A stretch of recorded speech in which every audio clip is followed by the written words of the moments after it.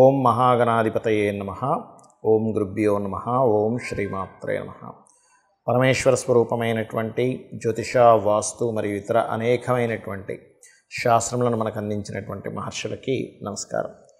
హయగ్రీవ హయగ్రీవ హయగ్రీవేతి యో వదేత్ తస్య నిస్సరతే వాణి జన్మకన్యా ప్రవాహవత్. అరుణాం కరుణాతరంగితాక్షీం ధృతపాశాంకుశపుష్పబాణచాపాం అనిమాదిభిరావృతాం మయూకైః అహమిత్యేవ విభావయే భవానీం. శ్రీమాత్రే నమః.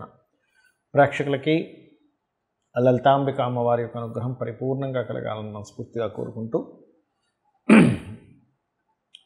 ఈరోజు మనము 9వ తేదీ నుంచి 15వ తేదీ వరకు ఉన్నటువంటి వార ఫలితాలు ఎలా ఉన్నాయి అని చెప్పి చూసుకున్నట్లయితే, ఈ యొక్క వార ఫలితాల్లో ప్రత్యేకంగా మీకు ఈ 9 నుంచి 15వ తేదీ వరకు ఉన్న గ్రహస్థితి కనుక చూసుకుంటే, ముఖ్యంగా చంద్రుడు బుధరాశిలో అంటే మిథునంలో ప్రారంభమై కన్యారాశి వరకు సంచారం ఉంటుంది.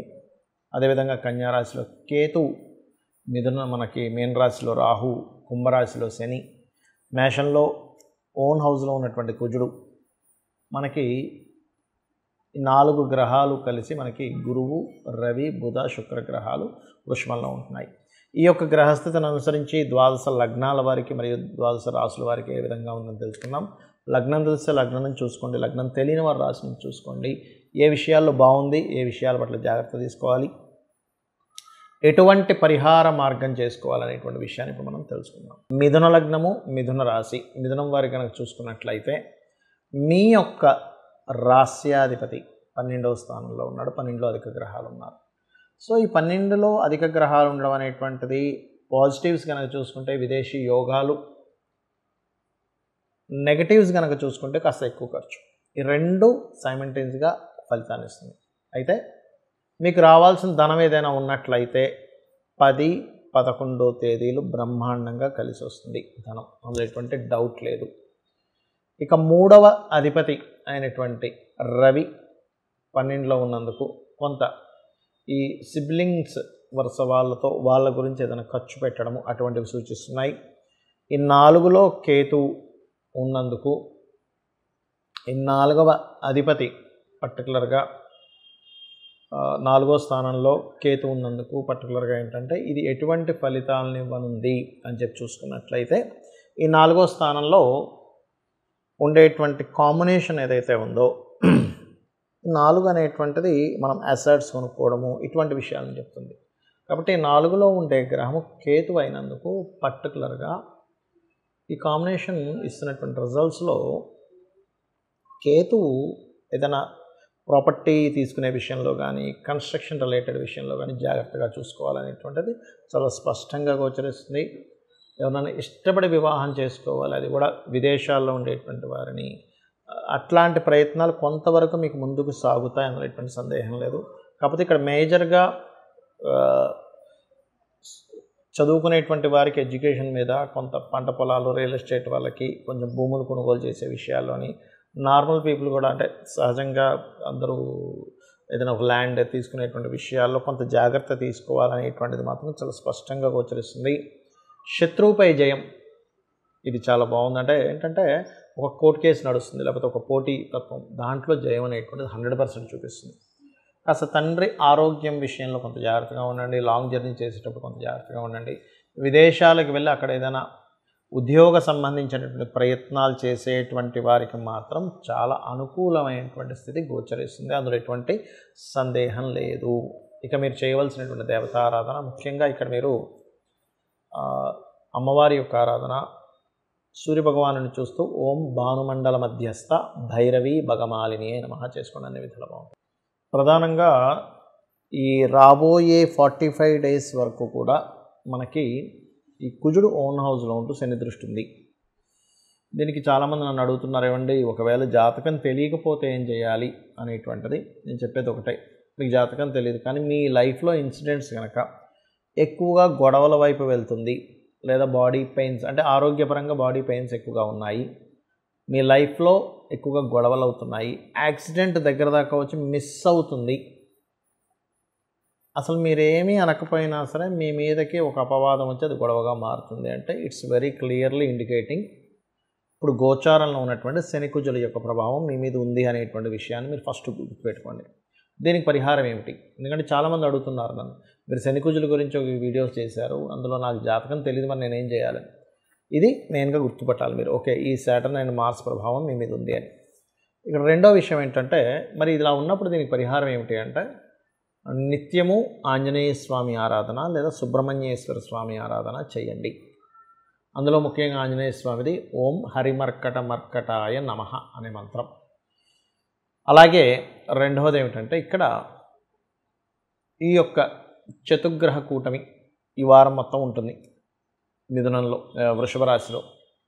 దీన్ని కూడా అడుగుతున్నారు చాలామంది, దీని పరిస్థితి ఏమిటని. మనం గతంలో కూడా చెప్పాము, ఇది ఏదైతే కూటమి ఉందో, ఈ ఆకాశంలో ఉండే కూటమి ఈ యొక్క దీని మీద కూడా పడుతుంది, ఎలక్షన్స్ మీద కూడా పడుతుంది అని. అంటే ఏమిటి, కూటమికి ఎక్కువగా ఛాన్సెస్ ఉంటాయి అనేటువంటిది ఒకటి.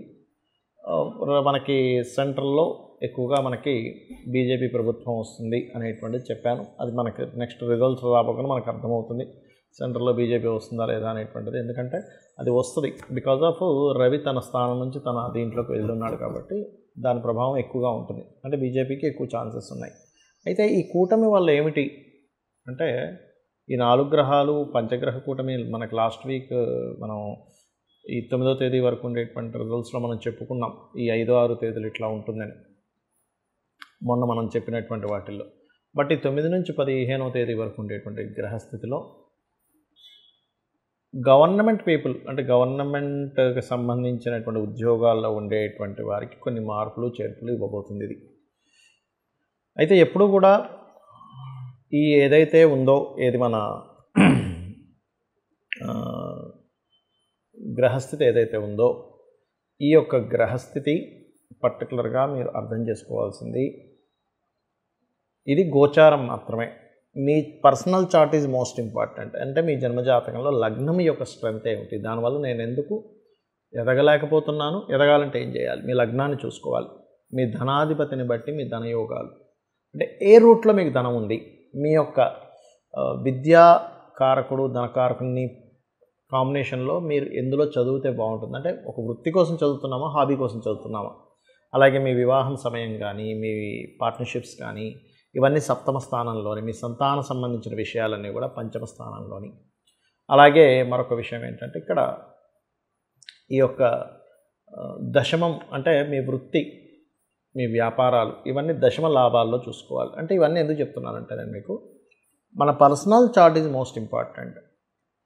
ఎప్పుడు కూడా గుర్తుపెట్టుకోండి, personal chart is most important. మరి ఈ గోచారం ఎందుకు అంటే, ఈ గోచారం అనేటువంటి పరిస్థితులను చెప్తూ ఉంటుంది. ఇలా ఉంది పరిస్థితి కాబట్టి ఈ రకంగా రిజల్ట్ ఇవ్వనుంది, ఇలా ఉంది పరిస్థితి కాబట్టి ఈ రకంగా ఉంది అనేటువంటిది. కాబట్టి ఏమిటి, గోచార ఫలితాలు చూసుకుంటూ మన పర్సనల్ చార్ట్ ముఖ్యంగా చేసుకోవాలి. ఎందుకంటే మన గోచారం అనుకూలిస్తుంది, ఇప్పుడు మనం ఇన్వెస్ట్మెంట్ చేసాం చక్కగా యోగిస్తుంది. గోచారం అనుకూలించట్లేదు, ఇన్వెస్ట్మెంట్స్ అంతా ఇబ్బంది రానుంది ఇది. అయితే ఇక్కడ మీరు చేయవలసినటువంటి ముఖ్యమైనటువంటి పరిహారం ఏమిటి, అందరూ కూడా చేసుకోవాల్సింది ఏమిటి, ఎందుకంటే జాతకం ఉండొచ్చు ఉండకపోవచ్చు, అంటే ఒకటే చెప్తాను నేను మీకు. సాటర్న్ అండ్ మార్స్ పరస్పర వీక్షణల్లో ఉంది కాబట్టి ముఖ్యంగా అందరూ తీసుకోవాల్సిన జాగ్రత్త, ఎక్కడైనా కొంచెం అల్లర్లు జరుగుతాయి, ఇక్కడ కొంచెం వరదలు వచ్చే ఛాన్స్ ఉంది, లేకపోతే భూకంపాలు వచ్చే ఛాన్స్ ఉంది అనేటువంటి ప్రదేశాల్లో ఏమైనా కొంచెం డౌట్ఫుల్గా ఉంటే ఆ ప్లేసెస్కి వెళ్ళకండి ఎవరు కూడా. Point number 1. రెండవది ఏమిటి అంటే, దీంతో పాటు మీరు మీ జన్మజాతకాల్లో కనుక కుజదశ కానీ శనిదశ కానీ నడిచేటప్పుడు మరింత జాగ్రత్త తీసుకోండి. అంటే ఏం తీసుకోవాలండి జాగ్రత్త, అందరికీ డౌట్ వస్తుంది, జాగ్రత్త తీసుకోమన్నారు, ఏం తీసుకోవాలి? సింపుల్, మీరు ఇంట్లో ఆంజనేయ స్వామి లేదా సుబ్రహ్మణ్యేశ్వర స్వామి దగ్గర దీపారాధన చేయండి. నవగ్రహాల్లో కుజ శని గ్రహాల దగ్గర దీపారాధన చేయండి. అలాగే మనకి నెక్స్ట్ ఇప్పుడు 5, 6 తేదీలకి ఈ పర్టికులర్గా మనకి పంచగ్రహ కూటమి ఉందని కూడా మనం చెప్పుకున్నాం, రాబోయే 5, 6 తేదీలు. సో 5, 6 తేదీలు ప్రత్యేకంగా మీరు చేయవలసింది ఏమిటి అంటే, ఈ 5 గ్రహాల దగ్గర దీపారాధన చేయండి 5, 6 తేదీలు.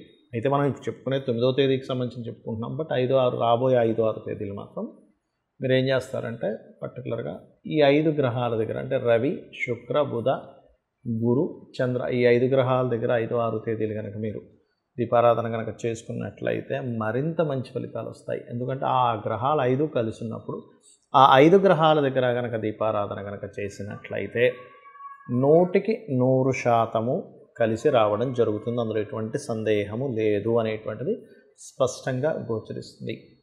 ఇక మీరు చేయవలసినటువంటి దేవతారాధన అందరూ కూడా ఎక్కువగా కుజుణ్ణి, శనిని గ్రహారాధన చేస్తూ నరసింహస్వామి యొక్క ఆరాధన, గోవుకి బెల్లము, క్యారెట్లు తినిపించండి. అన్ని విధాలా బాగుంటుంది. అన్ని విధాలా మీరు బాగుండాలని, ఆ లలితామ్మవారి యొక్క అనుగ్రహం పరిపూర్ణంగా ఉండాలని మనస్ఫూర్తిగా కోరుకుంటూ శ్రీమాత్రే నమః.